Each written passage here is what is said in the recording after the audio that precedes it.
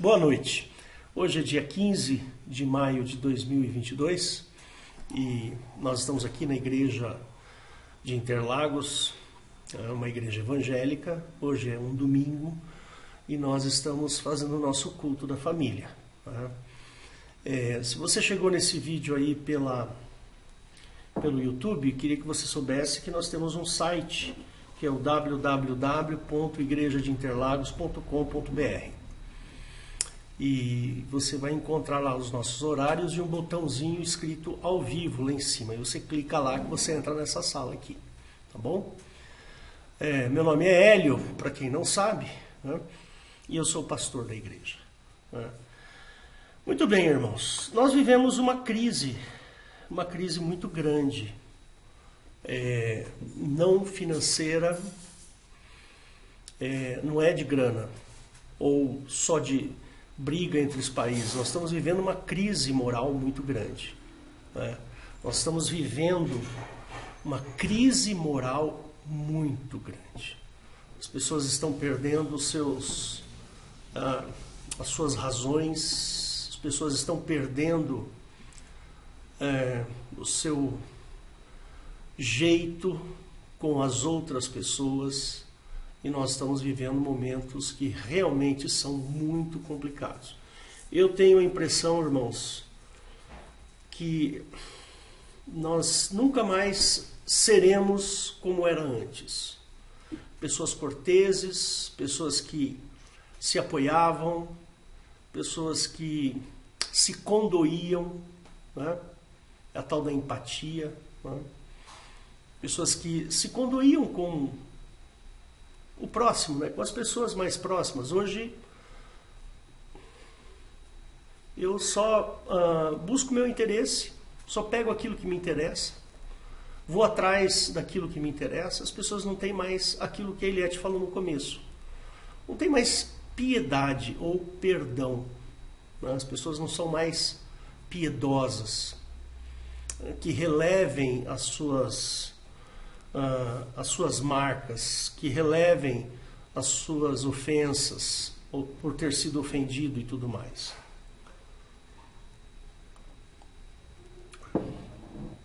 Nós vivemos uma crise moral. E essa crise moral já chegou na igreja. É uma pena.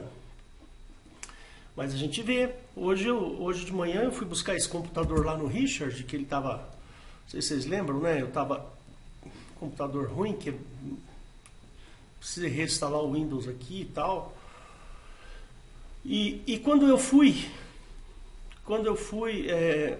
estava indo, né? O Richard mora um pouco mais longe aqui, e eu fui lá buscar o computador e eu passei assim na rua e eu vi assim várias igrejas evangélicas, várias. E uma me chamou muita atenção, uma igreja bem pequenininha, assim, numa garagem de casa. E eu tive a impressão que a igreja estava vazia naquele momento. Né? A igreja estava sem ninguém, não tinha ninguém, acho que só o pastor estava lá sentado, quieto, lendo a Bíblia. Né? Aí passei numa outra igrejinha evangélica, essa outra igrejinha também vazia. Isso já era 9h30, quase 10 horas da manhã. Se o culto era às 10, a igreja tinha que estar cheia já, né? E eu fiquei pensando assim, puxa vida, né? Por que as pessoas não vão mais com esse entusiasmo todo para a igreja, né? Perdeu-se um pouquinho esse entusiasmo. Né? Eu lembro que lá na década de 80, quando eu me converti, eu sentia que quando eu ia para a igreja, eu via as pessoas com muito entusiasmo. Né? Eu lembro de uma vez que eu fui para uma igreja presbiteriana, eu estudava no Mackenzie naquela época, e eu frequentei a primeira igreja presbiteriana, ali na Rua Helvétia. Eu nem sei como é que está lá frequentei lá, e eu me senti, assim, eu precisava de uma igreja. Eu estava 18 anos, eu estava morando aqui em São Paulo e não tinha muitos amigos, eu estava sozinho, morava numa pensão e etc e tal. E aí eu ia nessa igreja E aí eu percebi assim as pessoas mais entusiasmadas com o evangelho. Tinha o culto de jovens, seria aquele monte de jovens, assim, sabe? Aquele no sábado à noite, a gente ia lá, eu ia lá naquele culto de jovens, tinha um monte de jovens, assim, mais de 100 jovens, né? E tinha lá o líder de jovens, e você via aqueles jovens entusiasmados, sabe? Querendo, buscando a palavra, querendo entender a Bíblia e tal. Hoje eu não vejo mais isso. Hoje eu estou no Evangelho há 40 anos ou mais. Sou pastor há mais de 20 anos, bem mais de 20 anos. Mais de 20 anos que eu sou pastor. E eu não vejo mais esse entusiasmo. Por que será? Não é? Será que nós estamos vivendo uma mudança de paradigma, uma mudança de entendimento das coisas? Será que o Evangelho já não é mais aquele Evangelho que toca o coração do ser humano? É muito complicado isso. Eu acho isso muito complicado. Eu vou fazer uma breve análise sobre isso e mostrar para vocês algumas coisas na Bíblia, né, a respeito dessa falta de entusiasmo que existe nas pessoas, né? Uma maneira de nós nos entusiasmarmos e buscarmos mais fervorosamente as coisas de Deus é parte disso que eu vou discutir agora com vocês, né? Então o nome da minha pregação é Suportai-vos uns aos outros, que está lá em Colossenses 3,13. Vamos abrir lá. Colossenses, vou compartilhar aqui. Então, vamos aqui em Colossenses 3,13.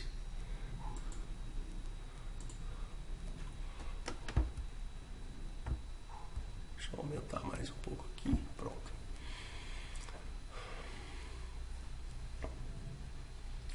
Então ele fala assim: suportando-vos uns aos outros e perdoando-vos uns aos outros, e se alguém tiver queixa contra o outro, assim como Cristo vos perdoou, assim fazei vós também. Então, neste versículo tem aí um monte de segredos aí, né? Essa palavra suportar aqui não é aguentar não, tá? Suportar é dar suporte, tá, irmãos? A gente até brincava, né? Quando os americanos estavam aqui, eles usam algumas palavras interessantes, né? E aí a gente usava o tal do suporte como suportar, aguentar, né? Mas não, isso era só uma brincadeira. Esse suportando-vos uns aos outros é dar suporte, ajudar, estar ao lado de. Então, olha só, para a gente se entusiasmar, a gente tem que pensar muito bem nessa palavrinha aqui, ó. Suportando-vos uns aos outros, ajudando uns aos outros e perdoando-vos. Por quê? Porque quem dá suporte acaba se magoando num determinado momento ou outro. Poxa, mas eu estou ajudando tanto aquela pessoa e ela não reconhece, né? Então está aqui o perdoando-vos junto com o suportando-vos, né?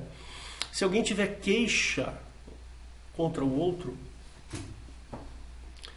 faz como Jesus fez, perdoa, né? Faz como Jesus fez, perdoa. Então está aí. Esse é basicamente o segredinho que a gente tem que observar no dia a dia, no nosso dia a dia, né? É muito complicado, porque a nossa tendência, a tendência do homem não é fazer isso, né? A tendência do homem é, poxa, se eu trabalho, eu trabalho para mim, eu trabalho para eu ganhar dinheiro, para eu ganhar minhas coisas, para eu ter as minhas coisas, para eu fazer as minhas coisas, percebe? A gente pensa desse jeito mesmo, né? A gente pensa assim. Cada um que se vire, né? O cara lá se dane, se vira, velho. Você não está conseguindo pagar o seu aluguel, muda de casa, vai para um aluguel mais barato. É assim que o mundo pensa. Percebe? Ah, você não está conseguindo pagar o combustível do seu carro? Vende o carro e vai de ônibus. Que se dane você. É assim que o mundo pensa. É exatamente desse jeito. Mas a obra do Senhor Jesus, a obra de Cristo, ela está baseada no perdão, na remissão. Percebe? É o perdão. Jesus fez uma coisa muito importante para nós, que foi nos perdoar. Né? Jesus trabalhou com isso a vida toda dele. Todos os momentos na Bíblia, Jesus exala esta ideia, a ideia do perdão. A coisa é tão séria para Jesus, mas é tão sério, o perdão é uma coisa tão séria, que no momento mais difícil da sua vida, ele olhou para si e falou: Pai, perdoa porque eles não sabem o que eles estão fazendo. Entendeu? Eu gostei do que a Eliette leu no comecinho, lá em Mateus capítulo 6, falando sobre a oração do Pai Nosso, né? Perdoa-nos as nossas dívidas, assim como nós perdoamos a quem nos deve. É muito difícil isso. Teoricamente é fácil, mas a prática é difícil. Você sabe por quê? Por que ela é difícil? Porque nós gostamos de sentir raiva. É da natureza humana ter prazer na raiva. E o perdão é antinatural do homem. O homem não gosta de perdoar. Tem um ditado que fala, né, que a vingança é um prato que se come frio. Né? Por que se come frio? Não é um prato que se come quente, é um prato que se come frio. Que você fabrica, né, o prato e espera, e vai esfriando, vai esfriando, vai esfriando. Num determinado momento está todo frio, você vai lá e se vinga. Essa é a natureza do homem. O homem gosta disso. A vingança faz o homem se sentir bem. É da natureza do homem, mas não é da natureza de Cristo, em hipótese alguma. Né? Jesus, ele é antinatural. Ele é antinatureza humana. Ele fez de tudo para rejeitar a sua natureza humana. Ele foi tentado, mas não pecou. Ele sofreu injúrias e não revidou. Ele foi perseguido e não fez nada. Ele sofreu chicotadas grandes e não se mexeu. Por quê? Ele podia ter se defendido. Não sou nada disso que vocês estão falando. Não. Jesus sofreu mesmo. Imagina a dor que Jesus não estava sentindo naquele momento, a vergonha que Jesus estava sentindo naquele momento, o desamparo. Jesus estava desamparado. Até a pior coisa que existe para o ser humano é ficar desamparado. Percebe? Por que a gente sofre tanto quando a nossa mãe morre? Porque a nossa mãe é o nosso amparo e ficar desamparado dói. E Jesus estava desamparado ali. Naquele momento estava totalmente vulnerável. Né? E a gente tem que levar isso em consideração quando nós olhamos para os nossos irmãos. Né? Eu sou o amparo do meu irmão. Né? Percebe? É assim que Jesus fala. Jesus nos ampara com o seu perdão. Por quê? Porque sabe que o homem não é capaz de cumprir a lei mosaica. Não dá. É impossível ao homem cumprir a lei. Não dá para cumprir a lei. O homem é incapaz, né? Ele é incapaz de cumprir a lei. Então, entra Jesus nessa história e nos ampara com o seu sofrimento. O sofrimento de Cristo é o suporte que nós precisamos. A cruz de Cristo é o suporte que Ele nos deu. Porque senão a gente não ia conseguir de jeito nenhum. Quer ver? Vamos abrir em Romanos 3, de 21 a 31. Vou ler rapidamente aqui para vocês verem como era a lei, como a lei fazia, né? Ela, de forma alguma, ela foi fácil, né? Então fala assim, né? Diz assim: mas agora se manifestou sem a lei a justiça de Deus, tendo o testemunho da lei e dos profetas. Isto é, a justiça de Deus pela fé em Jesus Cristo, para todos e sobre todos os que creem, porque não há diferença. Porque todos pecaram e destituídos estão da glória de Deus, sendo justificados gratuitamente pela graça, pela redenção que há em Cristo Jesus, ao qual Deus propôs para propiciação pela fé no seu sangue, para demonstrar a sua justiça pela remissão dos pecados dantes cometidos sob a paciência de Deus, para a demonstração da sua justiça neste tempo presente, para que ele seja justo e justificador daquele que tem fé em Jesus. Onde está a jactância? É excluída. Por qual lei? Das obras? Não, mas pela lei da fé. Concluímos, pois, que o homem é santificado pela fé, sem as obras da lei. Porventura Deus porventura Deus somente dos judeus, e não o é também dos gentios? Também dos gentios, certamente, visto que Deus é um só, que justifica pela fé a circuncisão e por meio da fé a incircuncisão. Anulemos, pois, a lei pela fé? De maneira nenhuma. Antes estabelecemos a lei. Então tá aí. Não dá. Todos pecaram. Não dá. Nós não temos condições de nos salvar. Por isso somos justificados por Cristo. Essa obra, a obra de Cristo, ela não depende de um esforço pessoal. A obra de Cristo depende da vontade de Deus. O mérito é todo de Cristo. Não temos méritos alguns. Mérito algum. Nenhum mérito.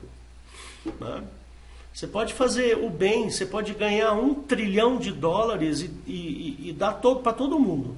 E isso não te leva perto de Deus. Você pode dar o dízimo, o maior dízimo que for da sua vida. Isso não te traz para perto de Deus. Você pode alimentar os pobres lá no viaduto. Isso não vai te levar para perto de Deus. Percebe? A salvação, não. De jeito nenhum. Para você chegar perto de Deus, você precisa de Cristo.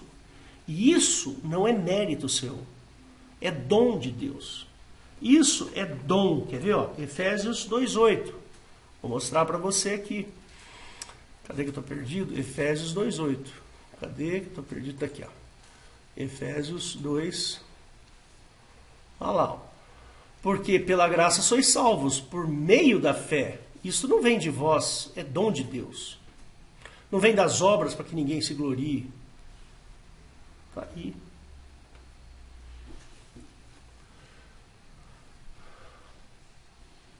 Poderia ver também Romanos 6:23, quer ver?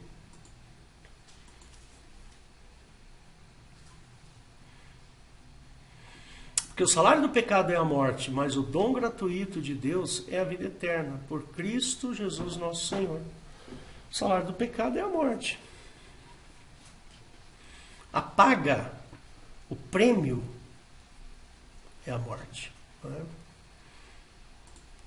Então, irmãozinhos queridos, nós precisamos, a partir deste conhecimento, nós precisamos mudar o nosso jeito de pensar com relação aos nossos irmãos. Nós temos que olhar para os nossos irmãos, para o nosso próximo, com um olhar diferente do que o mundo. Da maneira como o mundo te obriga a olhar. Não é? Então, dar suporte, esta é a palavra. Se você for olhar todas as cartas e todas né, desde Atos até lá no finalzinho do Apocalipse, você vai perceber que a história dos apóstolos e dos personagens do Novo Testamento está toda construída num cenário de apoio fraternal.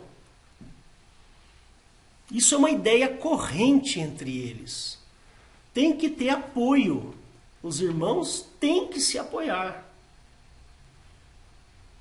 Como haveriam os apóstolos e pregadores, né, sobreviver sem o apoio das igrejas? A gente vê isso muito nos relatos de Paulo. Paulo sempre fala.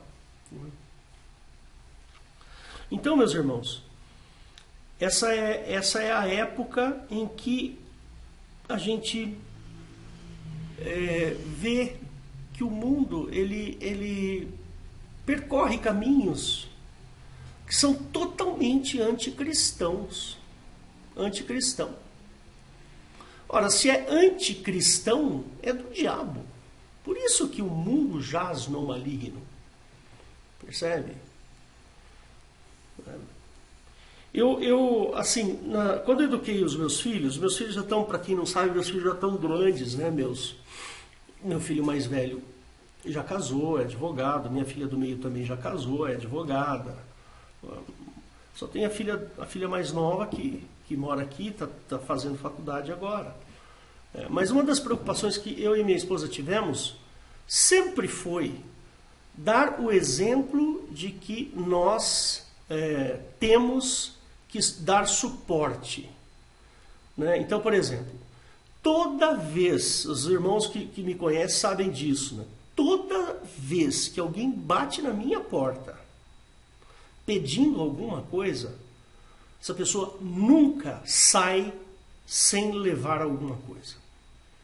São raríssimas as vezes que a gente está com pressa, e aí aquela pessoa veio e você não tem tempo ali, senão você vai perder um horário ou outro.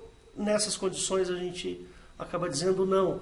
Mas sempre, olha, sempre, toda vez.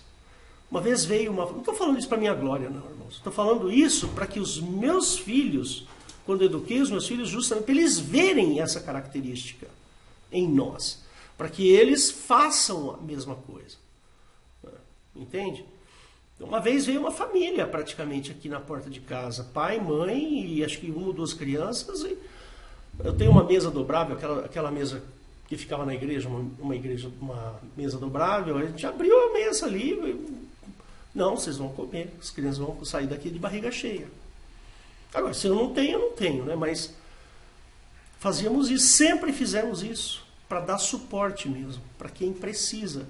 Eu não consigo, por exemplo, fazer isso todo dia. O meu trabalho me consome muito, mas sempre que eu posso, a gente tem que fazer. Né?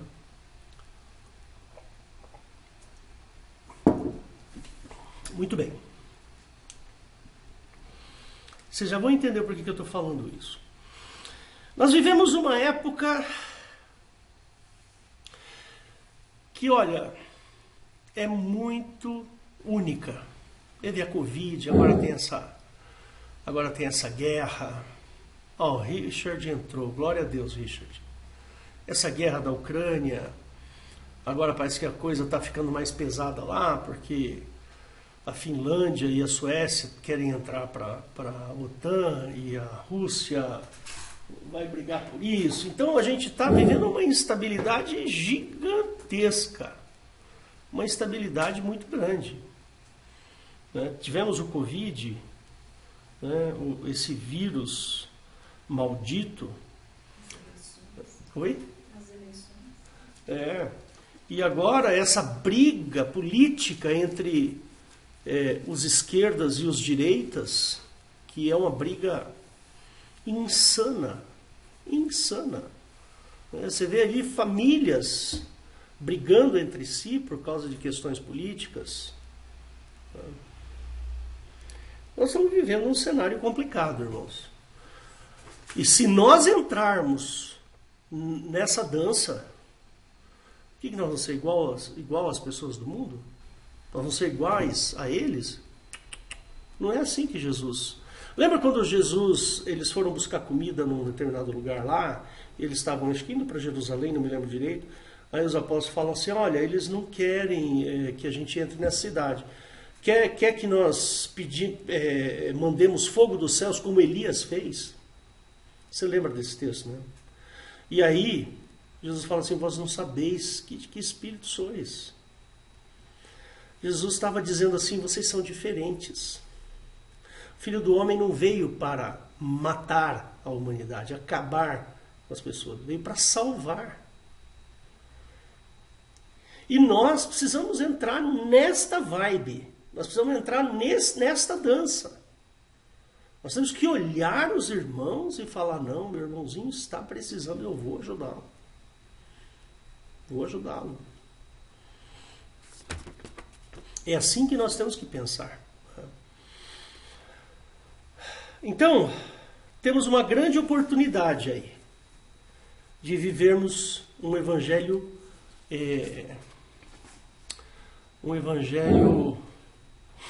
Lucas 9:53, é isso aí. Esse texto que eu falei, né, de mandar fogo dos céus. Então nós temos uma oportunidade de viver um evangelho genuíno, verdadeiro. Não um evangelho que busca milagres, prosperidade. Não, eu vou naquela igreja, eu vou dar 100, porque o pastor falou que se eu der 100 eu vou receber 1000. Né? Não, eu estou doente, eu vou naquela igreja para ver se eu recebo um milagre de Deus para minha doença. Ou então eu estou afundado em dívidas, eu vou lá naquela igreja para ver se, quem sabe, Deus apaga as minhas dívidas com o banco. E assim vai. Mas nunca a gente vê as pessoas falando assim, não, eu vou na igreja porque eu quero louvar o meu Deus. Eu quero engrandecer o meu Pai, porque Ele me deu a salvação. Ele me deu a salvação. O Senhor Jesus me tirou do inferno e me fez assentar em lugares celestiais. Olha só que tremendo isso. Se eu for curado, isso é um bônus, é um amor de Deus. É um bônus que Deus está dando. Mas eu não estou aqui na igreja porque eu quero ser curado da minha doença, ou quero... De jeito nenhum. Eu quero ir para a igreja porque eu quero ver os meus irmãos. Eu quero louvar o meu Senhor. Peço oração. Irmãos, orem por mim, eu estou precisando fazer tal coisa, estou precisando de dinheiro, eu estou passando uma dificuldade. Irmãos, orem por mim. Não tem problema, a gente ora, mas não é esse o objetivo principal. O objetivo principal é, eu vou para a igreja porque hoje Deus vai falar comigo. Eu vou para a igreja porque hoje eu quero louvar o meu Jesus que morreu na cruz e que tem tanta paciência comigo. Meu Deus do céu, como Jesus tem paciência comigo. É inacreditável o tamanho da paciência que o Senhor Deus tem para com a minha vida. Vou lá na igreja para louvar esse Deus, louvar o meu Senhor. Então esse é um momento em que eu posso ser diferente. E eu quero viver o evangelho diferente. Não estou falando aqui para você, você larga tudo que você tem, pega todo o seu dinheiro e deposita na minha conta. Não é isso que eu estou falando. Nós precisamos de sensibilidade. Nós precisamos ser sensíveis. É fundamental que a gente seja sensível ao nosso irmão. Não importa, não importa. Se você tem condições e vê o seu irmão sofrendo uma dificuldade e não faz nada, irmãos, me desculpa, mas é um problema. Suportar uns aos outros significa dar suporte, né? Atender às necessidades alheias.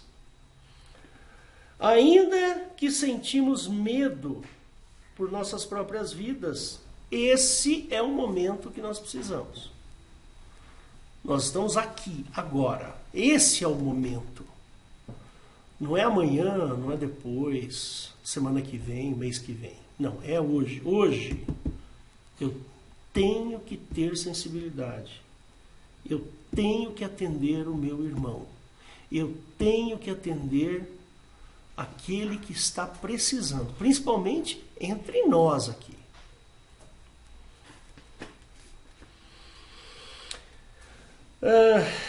Você lembra lá em Atos, quando Pedro e João saem lá da Porta Formosa? Né? Vamos abrir lá, Atos 3.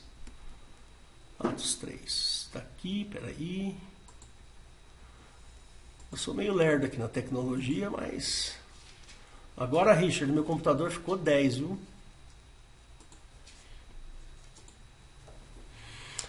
Então, aqui em Atos 3, ele fala assim: E Pedro e João subiam juntos ao templo à hora da oração, a nona. E era trazido um homem que desde o ventre da sua mãe era coxo. Obrigado, Richard.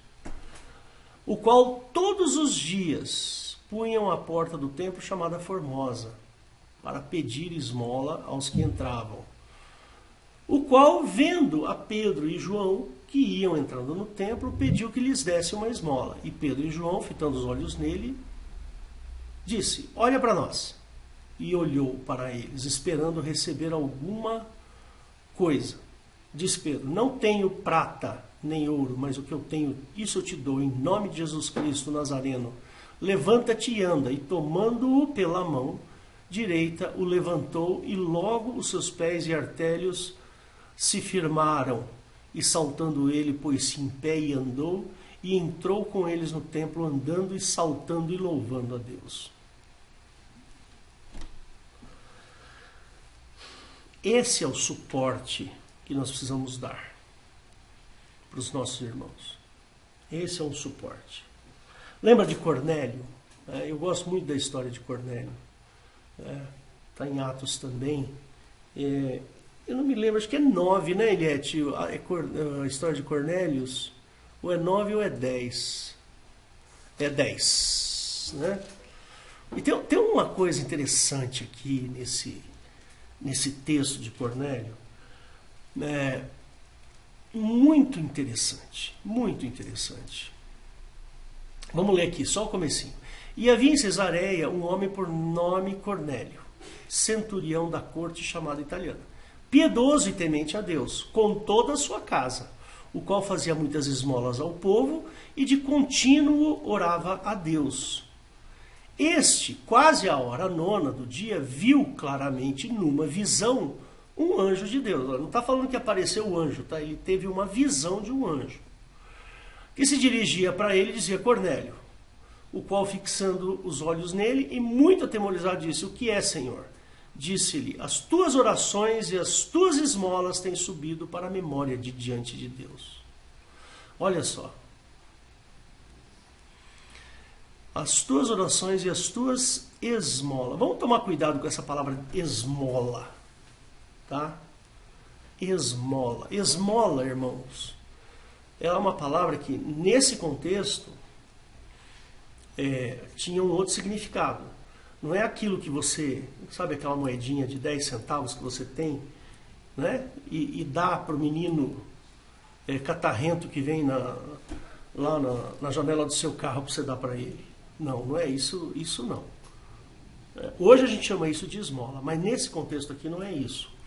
Aqui é as tuas orações e as tuas ajudas em favor das pessoas. Isso tem subido para a memória diante de Deus. Ou seja, olha como dar suporte é importante. Oração, não tem a menor dúvida, a Eliette falou sobre isso, mas eu estou aqui mais querendo dar mais ênfase na questão da ajuda, do suporte. Né? Então, é um problema. É um problema. A gente precisa ajudar. É fundamental ajudar. Quando ele foi mencionado pelo anjo, estava claro que o suporte que deu a sua família e os seus agregados, tinha colocado suas orações aos ouvidos de Deus, isso é claro, né? Veja o bom samaritano, olha que interessante, ó, eu vou voltar aqui só para você me ver e nós vamos já voltar a ler esse texto. O bom samaritano tinha um sujeito que foi roubado e os caras bateram nele. Passou um, não quis nem ver, passou outro, não quis nem ver, mas o samaritano se condoeu. Tanto é que a palavra samaritano hoje é sinônimo de bondoso, né? Mas naquela época o samaritano, ele era um desprezado, ele era um amaldiçoado, era uma escória, né? Os judeus não suportavam os samaritanos, percebe? Não, já vou abrir lá. Fica tranquilo, que a gente já chega lá. Essa é a história do bom samaritano. Vamos ler lá. 10, de 25 a 37. Vamos abrir aqui. Lucas 10. Aqui. De 25 a 37. Vamos ler aqui o texto para a gente... Eis que se levantou um certo doutor da lei, tentando-o, dizendo: Mestre, que farei para herdar a vida eterna? Ele disse: Está escrito na lei. Como lês? E respondendo ele, disse: Amarás o teu Senhor, teu Deus, de todo o teu coração, e de toda a tua alma, e de todas as tuas forças, e de todo o teu entendimento, e ao teu próximo como a ti mesmo. Isso é o que está na lei, né? Então isso aqui, ó, não esqueça, hein? Amar o teu próximo como a ti mesmo é o que está lá no Velho Testamento. Aí Jesus falou assim, ó, respondestes bem, faze isso e viverás. Ele, porém, querendo justificar-se a si mesmo, disse a Jesus: Quem é o meu próximo? Quem é o meu próximo? Então vamos lá. Aí Jesus deve ter arregaçado as mangas da camisa e falou assim: Descia um homem de Jerusalém para Jericó e caiu nas mãos de salteadores, bandidos, os quais o despojaram, roubaram e, espancando-o, se retiraram, deixando meio morto.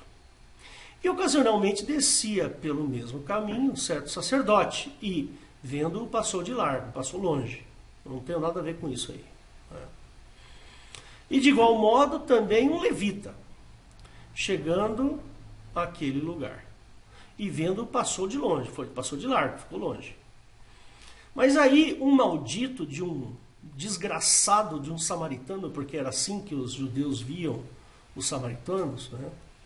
Um maldito, um desgraçado de um samaritano que ia de viagem, chegou ao pé dele e vendo-o, moveu-se de íntima compaixão e, aproximando-se, atou-lhes as feridas, deitando-lhes azeite e vinho.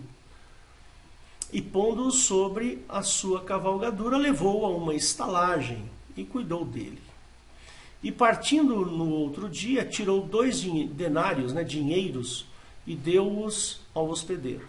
E disse-lhe: Cuida dele, e tudo o que demais gastares, eu te pagarei quando voltar. Qual, pois, destes 3 te parece que foi mais próximo daquele que caiu na mão dos salteadores? E ele disse: O que usou de misericórdia para com ele. Disse Jesus, pois Jesus: Vai, faze da mesma maneira. Então, tá aí.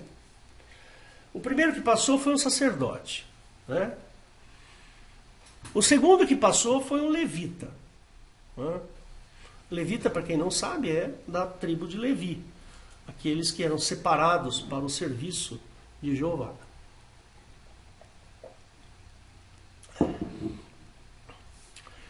Não sei se você percebe que essa história de dar suporte, ela deixa eu interromper aqui.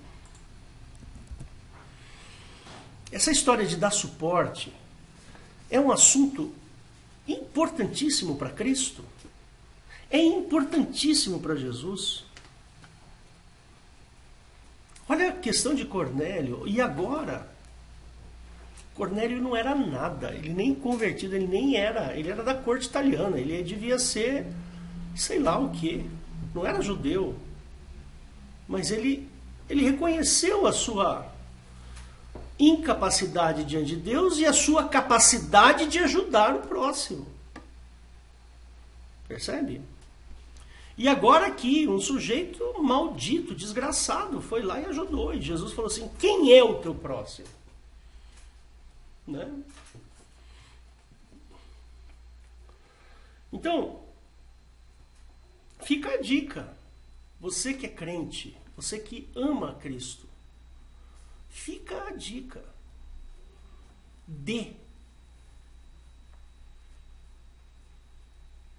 Ajude. E é o que Jesus espera de nós. Que nós venhamos a dar. Que nós venhamos a ajudar, a suportar.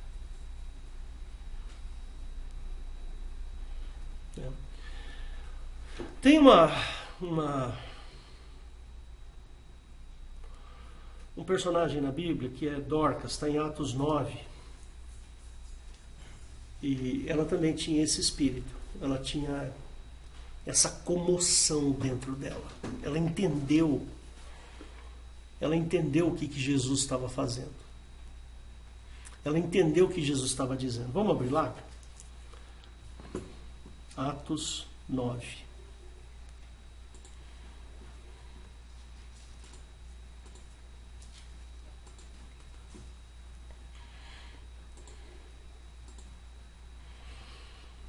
Verso 31. Aqui, ó.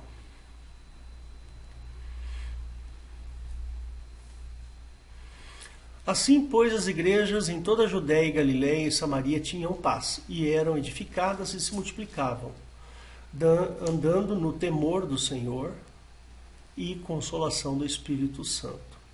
E aconteceu que, passando Pedro por toda a parte, veio também aos santos que habitavam em Lida. E achou ali certo homem chamado Enéas, jazendo numa cama havia 8 anos, o qual era paralítico. Disse-lhe Pedro, Enéas, estou lendo certo?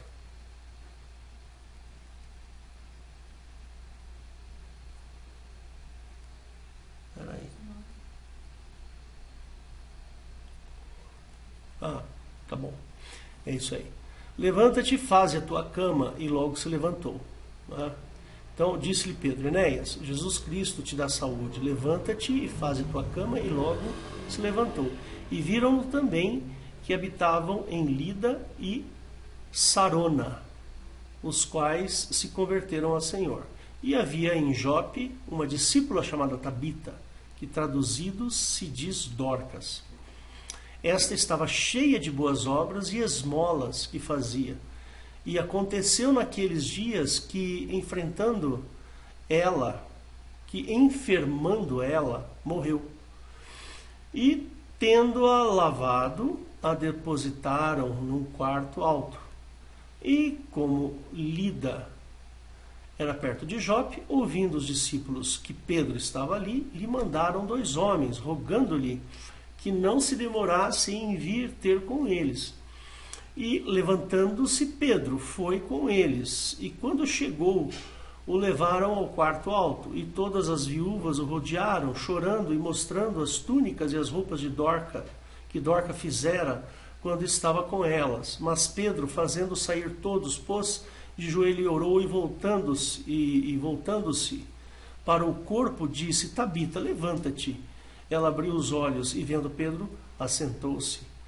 E ele, dando-lhe a mão, levantou e, chamando os santos e as viúvas, apresentou-lhe a viva. E foi isso notório por toda Jope. E muitos creram no Senhor, e ficou muitos dias em Jope com um certo Simão curtidor. Aí, ela tinha esse espírito de dar, né? De fazer esmolas, está aqui, ó. É.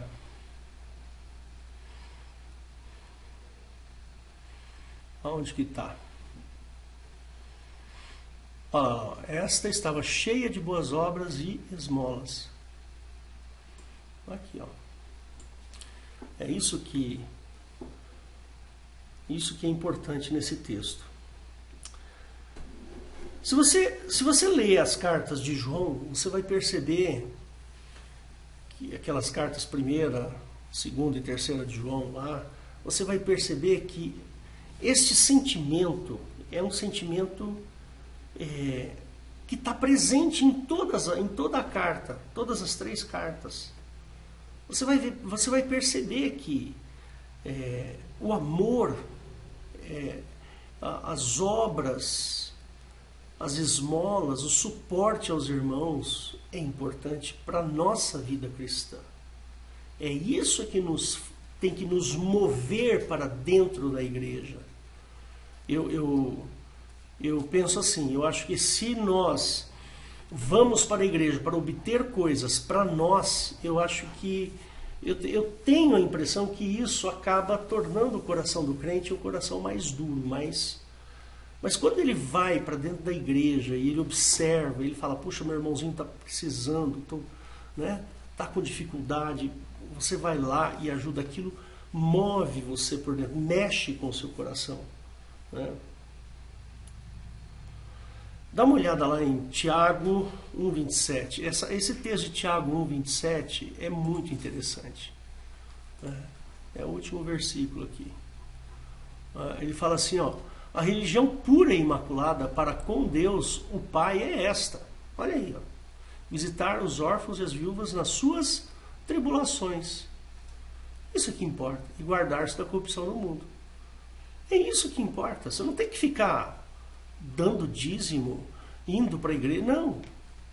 É visitar órfãos e viúvas nas suas tribulações e guardar-se da corrupção do mundo. É isso que a gente tem que fazer. Então, o que a gente pode concluir com isso? Deixa eu interromper aqui. O que a gente tem que concluir com isso? A gente tem que concluir que o cristianismo começa pela fé em Cristo e ele continua nas esmolas que fazemos, mas no sentido bom da palavra esmola, tá? No suporte que nós damos. Esse é o verdadeiro cristianismo. É aquele que dá suporte. Eu vou falar mais coisas daqui a pouco, você vai ver. A contaminação pelo pecado, claro, nós temos que fugir dessa contaminação, sem dúvida, das coisas do mundo. Porém, nós deixamos de ser cristãos quando duvidamos da pessoa que recebe a esmola ou o apoio. Né? Como bem leu a Eliette, eu vou voltar lá no texto que ela leu no começo, mas um texto um pouquinho antes, viu, Eliette? Lá no comecinho de Mateus capítulo 6, né, no comecinho ele fala assim, ó, guardai de fazer a vossa esmola diante dos homens, para ser desvistos por eles. Aliás, não tereis galardão junto ao vosso Pai, que está no céu. Quando, pois, deres esmola, não façais tocar trombeta diante de ti. Olha como eu estou fazendo, eu estou ajudando, olha só, não. Como fazem os hipócritas nas sinagogas e nas ruas para serem glorificados pelos homens. Em verdade vos digo que já receberam o seu galardão. Mas, quando tu deres esmola, não saiba a tua mão esquerda o que faz a tua direita, para que a tua esmola seja dada em secreto, e o teu Pai, que vem em secreto, Ele mesmo te recompensará publicamente. Nós não temos que ficar falando que a gente faz o bem. Eu não preciso falar. Eu contei aquela historinha no começo para vocês porque eu queria falar da educação dos meus filhos. Mas tornou-se um hábito.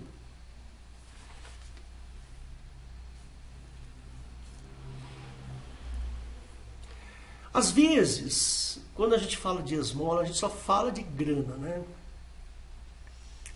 E não, existem outros tipos de esmola. Apoio, irmãos. Quando eu falar esmola aqui, eu estou falando de apoio, de suporte, tá? Porque a palavra esmola, ela é muito pejorativa hoje. Percebe? Quando você fala que vai dar esmola, é muito pejorativo. E na realidade, os textos que nós lemos, quando ele fala esmola, ele está falando de apoio. Ó, quando você for ajudar alguém, faz isso em secreto. Ninguém precisa ficar sabendo. Né? É isso que eu estou falando, tá? Então, por favor, não entendam mal. Aí. O sentido da palavra aqui é outro. Então, quando não podemos dar apoio e dar esmola, nós podemos orar, que é um outro jeito de dar suporte para o nosso irmão, o irmão necessitado. Então, nós podemos fazer isso. Tá? Teu irmão necessitado? Tem. Então, nós vamos orar por ele. Vamos buscar em Deus. E olha, eu vou dizer uma coisa para vocês, hein? A nossa casa é o primeiro lugar que nós devemos dar suporte. Depois que eu der suporte dentro da minha casa, aí eu vou dar suporte para o meu irmão da igreja. Nunca o contrário. Nunca. Não pode tirar o suporte da sua casa para dar para o irmão da igreja. Primeiro você tem que cuidar dos seus. Depois você cuida dos outros. Depois você dá suporte. Quer ver? 1 Timóteo 5,8. Vocês devem conhecer bem esse texto. Tá?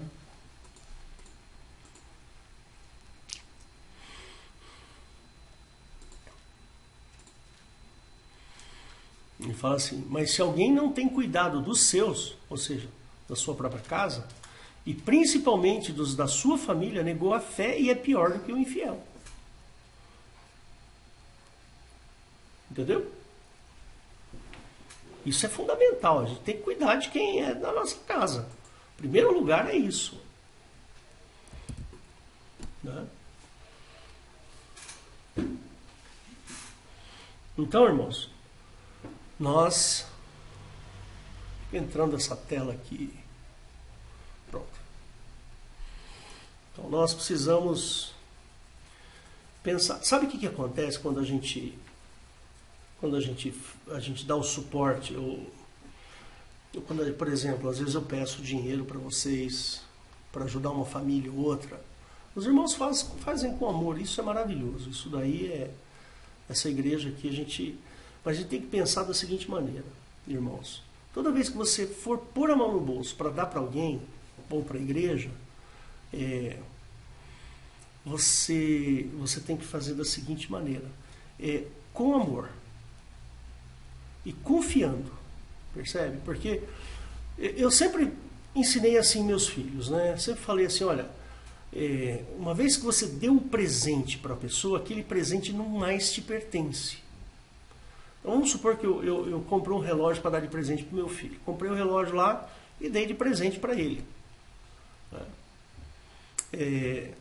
Agora, a posse é dele. Ele faz o que ele quer. A gente não pode ficar olhando e falar assim, puxa vida, meu filho não usa o relógio que eu dei para ele, por que será? Será que ele não gostou e tal? Não, a gente tem que ficar descansado, tem que deixar. Não é uma questão da gente, a pessoa não... Não, é dele, passou para ele, percebe? Quando meu filho casou, eu tinha um carro melhor do que o dele, né? E eu dei o meu carro para ele. Eu fiquei com o carro velho dele e eu dei o meu carro mais novo para ele. Então, o que acontece? Quando eu dei o carro, é dele.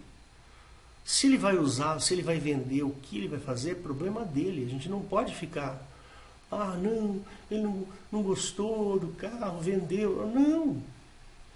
Você tem que confiar. A gente precisa confiar.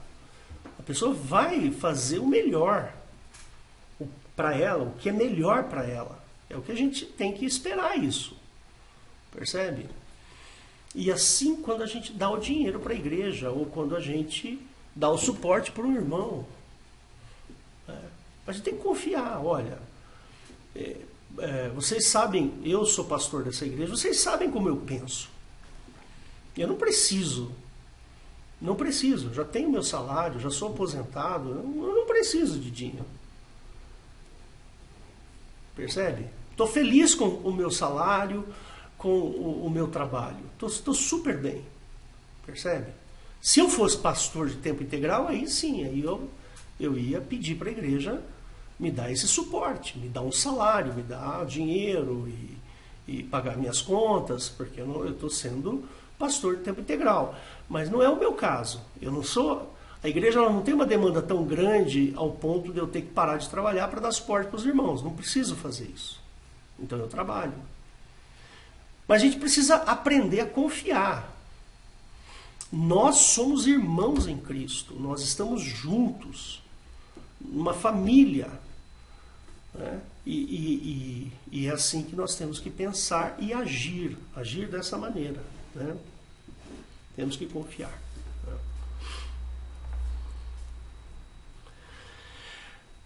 O amor, está lá em 1 Coríntios 13, no verso 5, ele fala que o amor não busca o seu próprio interesse, e sim o interesse alheio.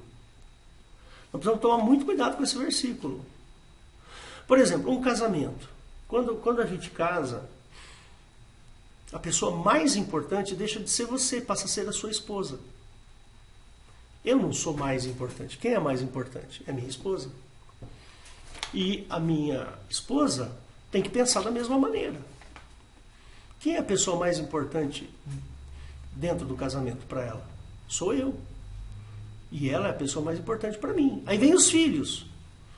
Aí você marido passa para o segundo plano. Porque a mulher, ela deu à luz, teve filhos, então agora não é você mais o importante, agora são os filhos os mais importantes. Percebe? E é assim que um casal tem que pensar. E a gente não mede esforço. Assim nós temos que ser na igreja. A gente tem que sempre amar buscando o bem alheio, não o seu próprio bem. Por isso que a paixão, ela é um problema, né? A paixão, quando a gente fala em paixão, a paixão é uma encrenca. Por quê? Porque o apaixonado quer resolver um problema pessoal. Ele quer resolver um problema pessoal, sentimental. Ele está ansioso, está aflito, porque o seu coração está aflito por causa da paixão. Agora, o amor não é assim. A paixão, ela acaba. A paixão, com o tempo, ela vai se diluindo. Mas o amor não. O amor está aqui, ó. Está aqui na nossa cabeça. Eu tenho que buscar o bem da minha esposa. Eu tenho que buscar o bem dos meus filhos antes de mim mesmo. Esse é o verdadeiro sentido do cristianismo. Bom, eu vou encerrar com essa última frase. O Espírito de Cristo esteja em nós. Que o sentimento que houve em Cristo esteja em nós. Exatamente neste momento de insegurança total. Se nós não nos agarrarmos a Cristo, meu Deus do céu, a única coisa que nós temos, os caras lá, não, acho que isso não vai acontecer, mas eles podem apertar um botãozinho lá e começar a cair bomba atômica aí.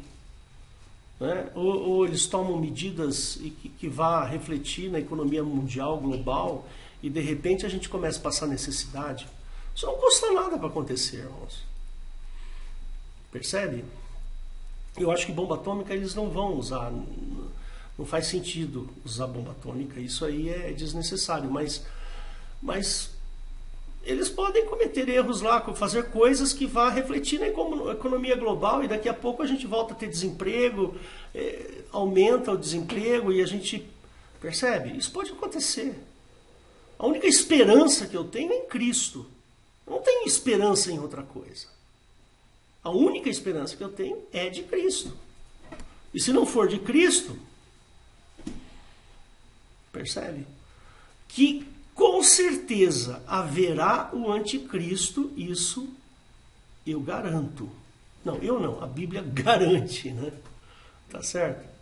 Que o Espírito de Cristo, não é o Espírito Santo, hein? Estou falando do Espírito de Cristo, as ideias de Cristo, aquilo que Cristo pensava, a maneira como Cristo pensava, entendeu agora?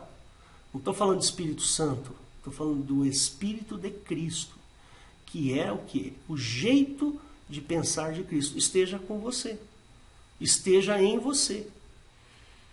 E que o nosso cristianismo seja genuíno. Tá bom, meus irmãozinhos? Deus abençoe a todos. Eu queria passar a palavra para Eliette, para eu dar continuidade aqui e finalizar a gravação.